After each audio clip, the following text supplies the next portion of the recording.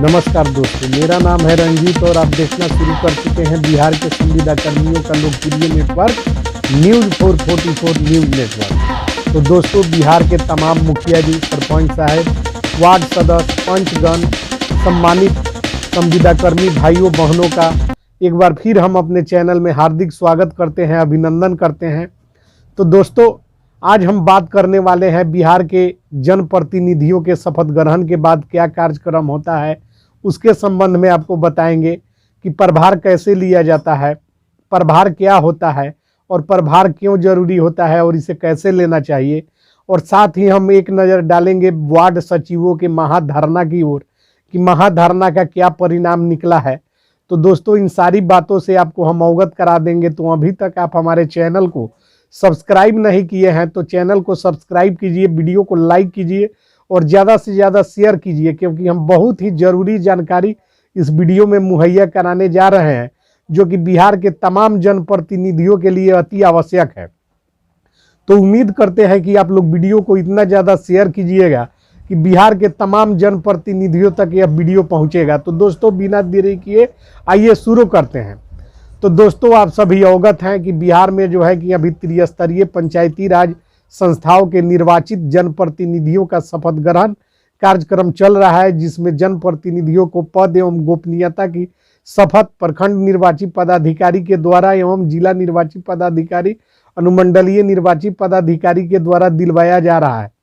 इस कड़ी में जो है कि अभी मुखिया जी, सरपंच साहब, वार्ड सदस्य और पंच, उप सरपंच, उप मुखिया का जो है कि निर्वाचन करवाकर और शपथ दिलवाया जा रहा है।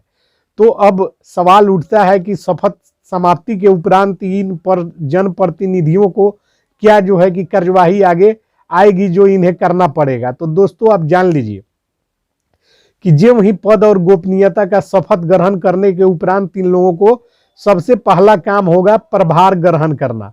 प्रभार का ग्रहण करना ही इनका सबसे आवश्यक कार्य है जो कि इन्हें करना होगा। तो मुखिया जी जो है कि पंचायतों में ग्राम पंचायत का प्रभार ग्रहण करेंगे, सरपंच साहब जो है कि ग्राम कचहरियों का प्रभार ग्रहण करेंगे और जो है वार्ड सदस्य भाई बंधु वार्ड कार्यान्वयन एवं प्रबंधन समिति का प्रभार ग्रहण करेंगे। अब इसमें जो है कि हम आपको बताएंगे कि अभी तो वार्ड सचिव भाई बंधु जो है कि महाधरना कार्यक्रम चला रहे हैं, जिसमें सभी वार्ड सचिवों का जो है कि पटना में जमवाड़ा लगा हुआ है। ऐसे में वार्ड सचिव बंधु के अनुपस्थिति के वजह से वार्ड सदस्यों के प्रभार ग्रहण में समस्या उत्पन्न हो सकती है। इसके संबंध में भी हम एक नज़र डालेंगे। पहले हम मुखिया जी के प्रभार ग्रहण, सरपंच साहब के प्रभार ग्रहण और इन सभी प्रतिनिधियों के प्रभार ग्रहण के संबंध में आपको थोड़ी सी संक्षिप्त जानकारी अगले 2 मिनट में दे देंगे। तो आप वीडियो में बने रहें दोस्तों, बिना स्किप किए वीडियो को देखें। तो दोस्तों, ग्राम पंचायतों का जो होता है कि एक खाता होता है। ग्राम पंचायतें जब कार्य करती है, जिसमें पंचम वित्त आयोग का एक अलग खाता होता है। ग्राम पंचायत का 2-3 अकाउंट होता है, जिसमें मनरेगा का अकाउंट एक अलग होता है। उसके बाद पंचम वित्त आयोग या जो भी वित्त आयोग हो, उन वित्त आयोगों का अलग अलग अकाउंट होता है। जैसे 14वां वित्त आयोग का अलग खाता होता है। BRJF अति पिछड़ा अनुदान का एक अलग खाता होता है और पंचम वित्त आयोग का एक अलग खाता होता है। तो कुल मिलाकर ग्राम पंचायतों के पास 3-4 अकाउंट से ज़्यादा होते हैं, इससे कम नहीं होते हैं, जिनमें सरकार जो है कि रुपया जो है कि डालती है। विभाग से पहले DDC स्तर से रुपया आता था, अब सरकार ने प्रावधान किया है कि सारे अकाउंट्स को मंगाकर PAEID इन खातों का बना लिया गया है और सीधे विभाग से राशि का आवंटन इन खातों में किया जाएगा। किंतु इससे पहले जो है कि उप विकास आयोग DDC स्तर से ग्राम पंचायतों को राशि प्राप्त होती थी, जिनमें अति पिछड़ा अनुदान, पंचम वित्त आयोग, 14वां वित्त आयोग, मनरेगा योजना की राशि, यह सारी राशि जो है उप विकास आयुक्त स्तर से ग्राम पंचायतों को प्राप्त हुई और उसका निकासी मुखिया पंचायत सचिव, मुखिया रोजगार सचिव के द्वारा करके और उसका व्यय किया गया है, जिसका बाकायदा एक रोकड़ पंजी होता है जिसे कैश बुक कहा जाता है। और कैश बुक में सारे चीज मेंटेनेंस होते हैं और खाता का मुंह का मिलान होता है, जिसका अंकेक्षण पंचायती राज विभाग, ऑडिट जिसे कहते हैं, समय समय पर सरकार द्वारा अंकेक्षण करवाया जाता है, जिसका अंकेक्षण हो चुका है। तो अब मुखिया जी को क्या करना होगा? मुखिया जी को इन सारे अभिलेखों का, अकाउंट्स का प्रभार लेना होगा, उनके हस्ताक्षर को अभी प्रमाणित करके प्रखंड विकास पदाधिकारी, मुखिया पंचायत सचिव के साथ, रोजगार सचिव के साथ संबंधित बैंकों के शाखा प्रबंधक के पास अग्रसारित करेंगे, जहां उनका हस्ताक्षर मान्य कर लिया जाएगा। तो इस समय आपको क्या सावधानी बरतती है, आपको देखना होगा कि कहीं अनियमितता का खेल तो नहीं हुआ है। चूंकि चुनाव तो आप जीत गए, आपको तो 1,14,000 वोल्ट का करंट का जो है कि कनेक्शन मिल चुका है। अब इसका उपयोग आप कैसे करेंगे मुखिया जी?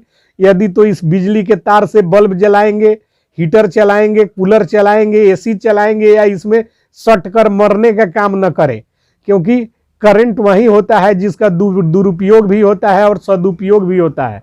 मैं ऐसा इसलिए कह रहा हूं कि पिछले कार्यकाल में यदि मुखियों के द्वारा और पंचायत सचिवों के द्वारा कुछ खेल कर दिया गया हो, कुछ अनियमितताएं और घोटाला बरती गई हो, ऐसी परिस्थिति में आप बिना सोचे समझे प्रभार ग्रहण कर लेते हैं, तो इसकी सारी जवाबदेही आपकी हो जाएगी और आप भी इसमें संलिप्त हो जाएंगे। विगत दिनों देखा गया है कि बिहार पंचायत राज विभाग के प्रधान सचिव के द्वारा बिहार में बड़े पैमाने पर मुखियों को धांधली के आरोप में पद युचित कर दिया गया है, यानी कि उन्हें पद से मुक्त कर दिया गया है। पद से मुक्त किए जाने की परिस्थिति में उनके ऊपर उचित प्राथमिकी भी दर्ज कराया गया है और वे अगला चुनाव भी नहीं लड़ पाए।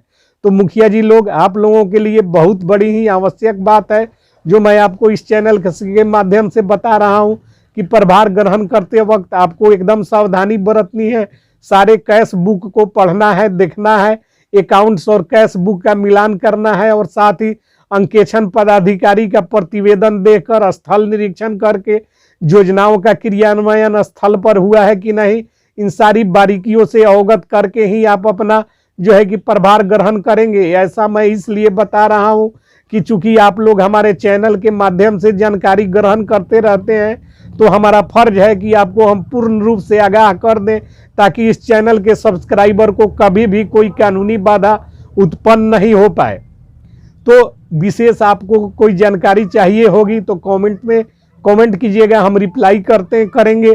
तो वीडियो में आगे बढ़ते हैं और बात करते हैं ग्राम कचहरी के सरपंच महोदय की। तो सरपंच महोदय, पंच महोदय भी हमारे इस चैनल से जुड़े हुए हैं। तो यहाँ आवश्यक बात यह है कि सरपंच महोदय को भी ग्राम कचहरियों का प्रभार लेना पड़ेगा।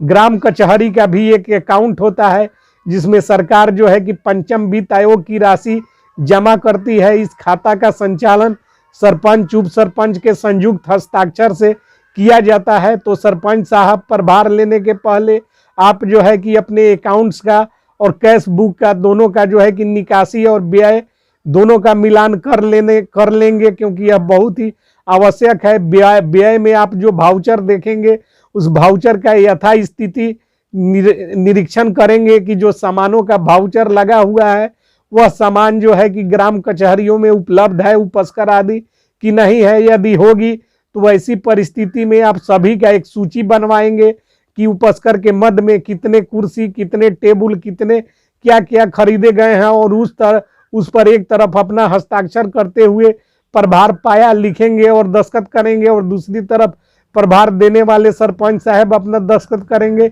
और कचहरी सचिव से हस्ताक्षर करवाएंगे। इससे यह होगा कि आपके ऊपर किसी तरह की अनियमितता, घोटाला का आरोप और पद के दुरुपयोग का आरोप भविष्य में नहीं लग सकेगा। ऐसा हम आपको आगाह करते हुए सारी बातें बारीकी पूर्वक समझा रहे हैं, ताकि इस चैनल के जो सब्सक्राइबर हैं कहीं भी कानूनी बाधा के शिकार नहीं हो। अब आगे बढ़ते हैं, वार्ड सचिव, वार्ड सदस्य बंधुओं की बात करते हैं। तो बिहार के वार्ड सदस्य बंधु जान ले, जो नवनिर्वाचित वार्ड सदस्य हैं, नवनिर्वाचित मुखिया जी हैं, नवनिर्वाचित सरपंच साहब हैं, पंच साहब हैं, हम उन्हीं की बात कर रहे हैं। पुराने लोग तो अब जो है कि हार चुके हैं। तो वार्ड सदस्य बंधु, यदि आप नवनिर्वाचित हैं तो आपका शपथ ग्रहण होगा, उप मुखिया का चुनाव होगा, हो गया होगा भी या होगा।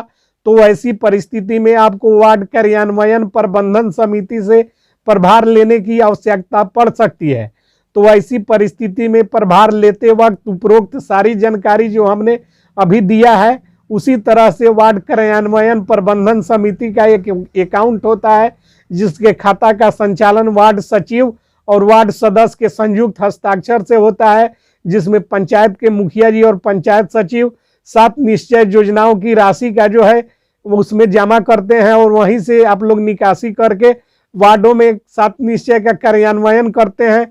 तो सारी बातें हमने बारीकी पूर्वक बताई है, उन बातों का आपको ख्याल रखना होगा और प्रभार लेते समय यदि आप उन सारी बातों का ख्याल रखते हैं तो आप हमेशा सुरक्षित रहेंगे। और प्रभार चूंकि अत्यंत ही आवश्यक विषय है, बिना प्रभार लिए आप लोग कोई कार्य नहीं कर सकते हैं, इसलिए इस पर दी गई जानकारी बहुत ही आप लोगों के लिए लाभप्रद और फायदेमंद है। तो अब बात करते हैं, चूंकि इतना तो हम आपको बता चुके हैं, उम्मीद है कि आपको जो है कि हमारे इस वीडियो से बहुत ही महत्वपूर्ण जानकारी मिली होगी। अब आगे बढ़ते हैं, आगे बढ़कर महाधरना की बात करते हैं कि बिहार के वार्ड सचिव जो कि पटना के गर्दनी बाग इलाके में धरना कार्यक्रम पर बैठे हुए हैं और बिहार के पंचायती राज मंत्री जो हैं श्री सम्राट चौधरी वो भी पटना में मौजूद है और इनके धरना की 100% जानकारी बिहार सरकार सहित पंचायती राज विभाग को हो चुकी है। ऐसी परिस्थिति में अब देखने वाली बात यह होगी कि सरकार जो है कि कब तक इनके मांगों के ऊपर निर्णय लेती है। तो वार्ड सचिव बंधु आप लोग अपना कार्य करते रहे, धरना प्रदर्शन करते रहे। समुंदर का जब मंथन हुआ था तो महामंथन के बाद उसमें से 2 चीज उत्पन्न हुए थे, एक तो अमृत उत्पन्न हुआ था और दूसरा विष का घड़ा उत्पन्न हुआ था। तो विष के घड़ा को ग्रहण तो शंकर भगवान कर चुके, आप लोग जो महाधरना महामंथन कार्यक्रम कर रहे हैं, अब हम लोग भी इस पर नजरें गड़ाए हुए हैं कि आने वाले दिनों में इस मंथन से क्या निकलता है, अमृत निकलता है या वार्ड सचिवों को मारने वाला विष निकलता है। तो देखेंगे भविष्य में इस पर क्या निर्णय लेती है सरकार। हम तो उम्मीद करते हैं कि बिहार के 1,14,000 वार्ड सचिव जो बिना मानदेय 4 वर्षों तक जन कल्याण की योजनाओं का क्रियान्वयन किए, सरकार के साथ साथ समाज का सेवा किए, उनका सरकार सेवा विस्तार करेगी। उन्हें जो है कि अगले 5 वर्षों तक मानदेय निर्धारित कर कार्य करने का मौका देगी। तो मिलते हैं अगली वीडियो में, तब तक के लिए जय हिंद, जय भारत, जय संविधान, जय बिहार।